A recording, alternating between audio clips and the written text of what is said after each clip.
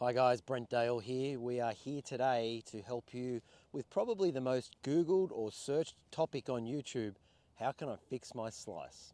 There are a number of things that we have to make sure are working correctly in order for that club to be delivered back to the golf ball square. Probably the most common problem that a lot of people have and they don't realize is the club face is just open at impact, but it could be due to the way the club's traveling.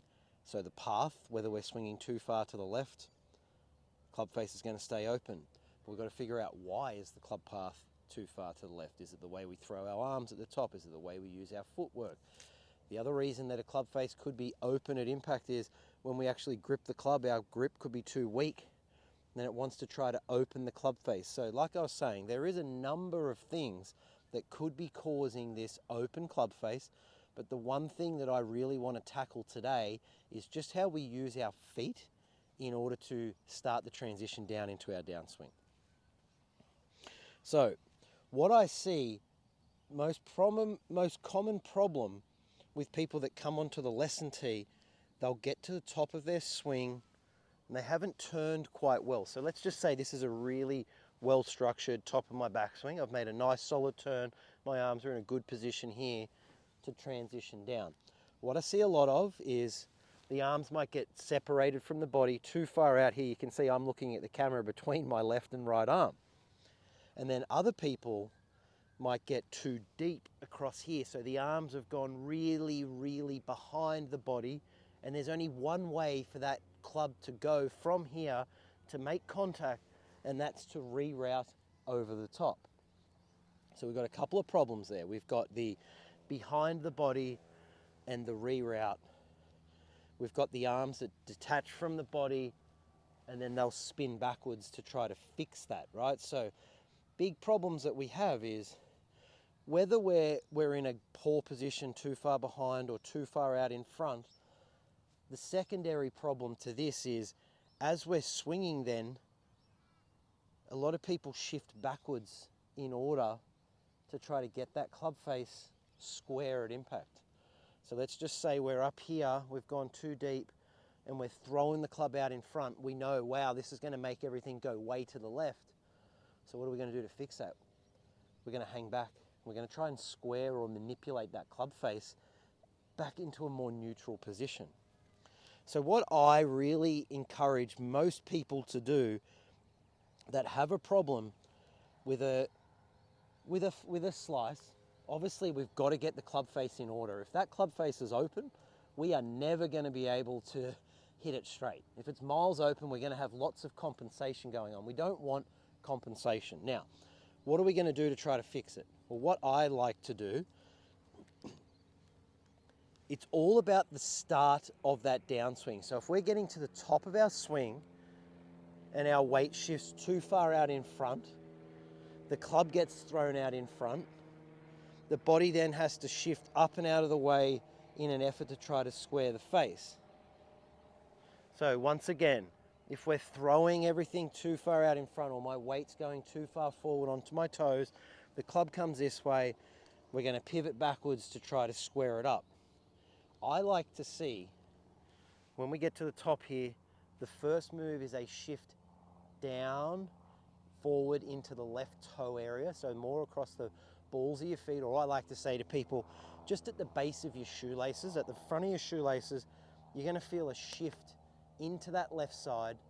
Once we've got that shift, our belly is going to feel like it rotates, or our hips are going to feel like they rotate. So we've got the pressure shift into the left toe. The hips start to rotate as we're shifting. And then this left side gets taller as we come through to hit. So it's extend. So it's a shift, a spin, and an extend. Now looking at it from this angle, we've loaded into a decent position here. We're going to shift into that left foot. We're then going to keep shifting and turn our hips. And you can see now that club's actually coming down in a position more behind us. And then I'm going to extend taller through here. Now, learning this or being told, hey, this is how we've got to fix things, and then actually fixing things, two different things. So I see a lot of people that will get told during a lesson, okay, you know, you're doing this, and what we want to feel is if we get that shift moving this way, you can see the club starts to shallow out behind you and we can rotate and pivot better. But the issue is they just go to the range and they just go, they do 100-mile-an-hour swings, not even giving it any thought. No time for the brain and the body to connect to actually make these physical changes. So how might we do it? I like to use a method called 5-to-1. So we are going to do half swings. We're going to do 5 of them. I'm just like getting into a half backswing position here, loading. I'm going to shift into my left side. I'm going to turn and get taller. You can see that's 1, 2. I'm really emphasizing the feelings that I have to feel in these little half swing moments. So I'm going to do 1 more, so that's 5, and then I'm going to hit a golf ball, doing the same thing. So 5-to-1. Results do not matter.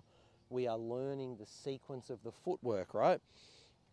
I'm a big fan when you practice of not having the golf balls in front of you either, because then you're just going to quick rake and just keep hitting and try to place them behind you, or what I've done today, I've just popped them in my pocket. You can just pull one out every time you're ready. So I would repeat that 5 times.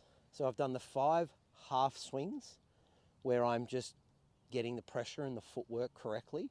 And then I'm going to hit 1 shot to every 5 practice swings. So I would repeat that 5 times. So there's 25 practice swings and 5 golf balls hit. Once I've done that, I'm going to shift my attention to a 50% speed, or it might even be slower than that. But I'm going to go slow and I'm going to load into a good position here, and I'm going to feel all the feels that my coach wants me to do, or in this case, what I've just explained to you guys.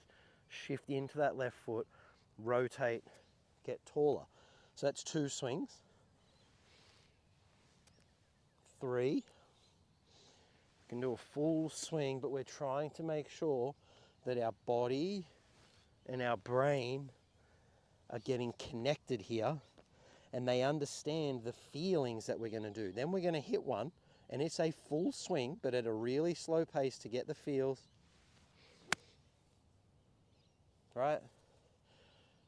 Once again, I'm going to do the 5-to-1 ratio. I'm going to pull out my 3rd ball. So there'd be 25 practice swings, full swing, slow pace. And then 5 golf balls, full swing, slow pace. So 5-to-1, 5-to-1, just continue it on, right? Then I like to do a little mix match.